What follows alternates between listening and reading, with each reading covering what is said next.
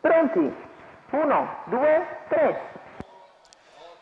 Buono questo segnale con veloce full iron che contiene Dolce Numero Indal, 8, si porta al Herbolest, comando, squalificato. cerca di trovare posto in corda Eton di Poggio e ci riesce in terza posizione, poi ancora Chaos LL che è preceduto da Astecca Dimar, primi 200 iniziali in 14,9 per Full Iron che ha preso la testa.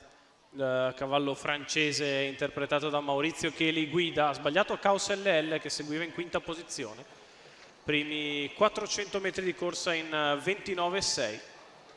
Al comando Full Iron nei confronti di Dolce Indal, poi Eton di Poggio, quindi Astecca Dimar, in quinta posizione è rimasto ora Amore Stecca, precede Enola Gay Treb, via via gli altri. Veloci, primi 600 metri in 45,4.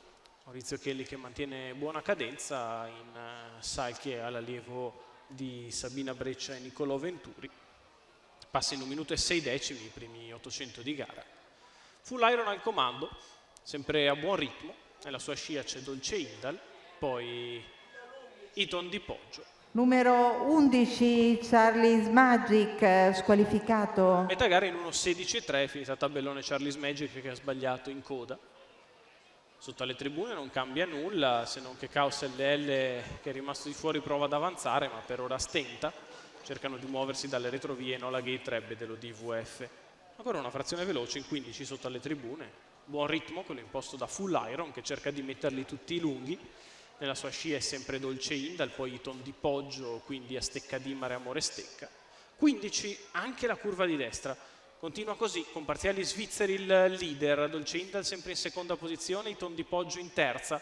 Full Iron in vantaggio. Dolce Indal e Eton di Poggio sono i più Numero prossimi 6, al leader. Lodi Poi Astecca Dimar e Amore WWF, Stecca, non cambia squalificato. nulla. 14,5 di là, 2 minuti e 8 decimi il miglio di gara. E Full Iron si mantiene in vantaggio nei confronti di Dolce Indal. Eton di Poggio che perde qualche battuta all'ingresso dell'addirittura d'arrivo. Match a 2 tra i favoriti, Full Iron e Dolce Indal. Full Iron in vantaggio, Dolce Indal che prova a spostare, si difende Full Iron, attacca Dolce Indal, insiste Dolce Indal, attacco di Full Iron che però è un cavallo duro e ribatte. Full Iron in vantaggio, finisce forte Dolce Indal, ma Full Iron quando è davanti non si fa mai passare. Dolce Indal corre bene e fa il secondo. Al terzo Eton di Poggio, ancora 29,3 ad arrivare, 1.15,2 il doppio chilometro di Full Iron. Sabina Breccia al training, Niccolò Venturi, colori di Jonathan Zammit. Maurizio Cheli ne è il perfetto interprete, la mette lunga sul passo a camminare. Dolce Indal spara gli ultimi 150 metri, avvicina sensibilmente l'avversario, ma non riesce a batterlo. Vince Full Iron Maurizio Cheli in salchi, e lui il vincitore della quinta.